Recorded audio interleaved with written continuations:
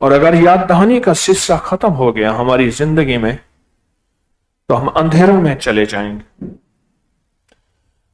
میرے حضور عرشوں پہ تشریف لے گئے معراج پہ، اپنی اسی پاکیزہ مقدس جسم کے ساتھ تشریف لے گئے۔ جب وہاں پہنچے تو اللہ نے نماز کا ہدیہ دیا، نماز کا تحفہ دیا۔ محبوب جب آتا ہے تو اس کو ہدیہ دیا جاتا ہے۔ نماز کے تحفے کے بعد آپ کے حضور نے فرمایا کہ یہ 5 نمازیں فرض ہیں۔ سب نے سن لیا، سب ماننے والے تھے۔ آمنا وصدقنا، حضور آپ نے جو فرمایا سچ ہے اور حقیقت ہے، بس۔ فرمایا نہیں، اس کی یاد دہانی ہونی چاہیے۔ اور پھر نماز کی یاد دہانی کے لیے اذان کا سلسلہ شروع کیا۔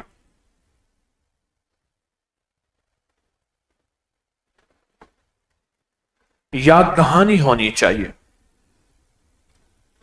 کیسے یاد دہانی ہو؟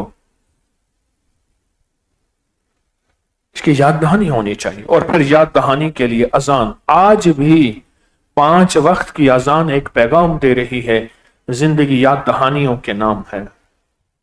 یاد دہانی کا نام زندگی ہے۔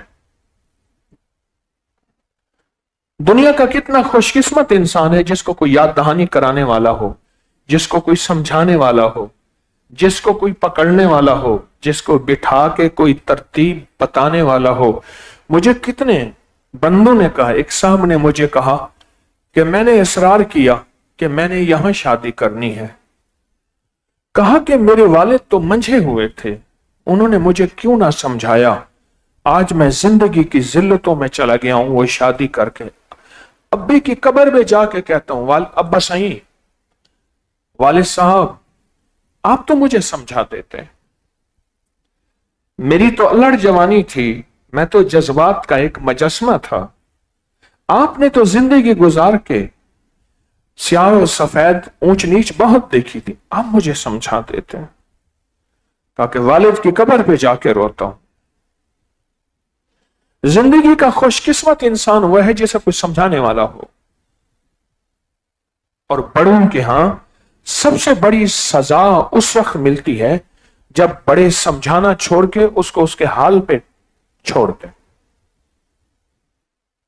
خوش قسمت وہ ہے جس کو ڈانٹ پڑ جائے، جس کو کوئی سمجھانے والا ہو، جس کو پکڑ کے کھینچنے والا ہو۔ قُوا أَنفُسَكُمْ وَأَهْلِيكُمْ نَارًا، میرے حبیب انہیں سنبھالیں،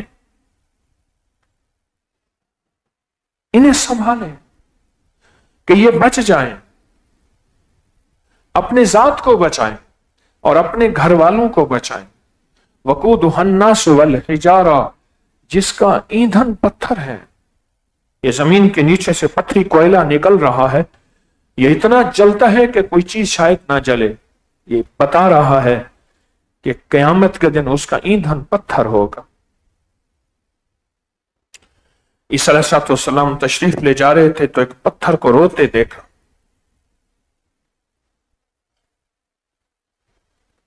کیوں رو رہا؟ کہا میں نے سنا ہے قیامت کے دن پتھر جلیں گے، انگارے بنیں گے اور نافرمانوں کو جلائیں گے۔ تو انہوں نے اللہ کے نبی علیہ السلام نے اللہ سے عرض کیا، یا اللہ تو کرم فرما دے۔ اللہ پاک نے فرمایا اس پتھر کو میں نے معاف کیا، یہ نہیں جلے گا۔ کچھ عرصے کے بعد پھر آئے تو وہ ویسے ہی رو رہا تھا۔ اب کیوں رو رہا؟ اب تو معاف ہو گیا۔ کہا جس رونے سے معافی ہوئی پھر اس کو چھوڑ دو۔ اس رونے کو کیسے چھوڑ؟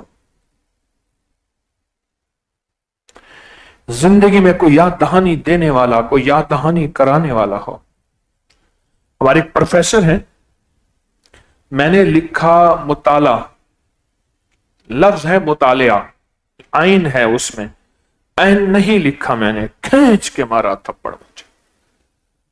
اس دن حویلی میں ان کی تقریر تھی، تو اس کے بعد تقریر میں نے ان کہا،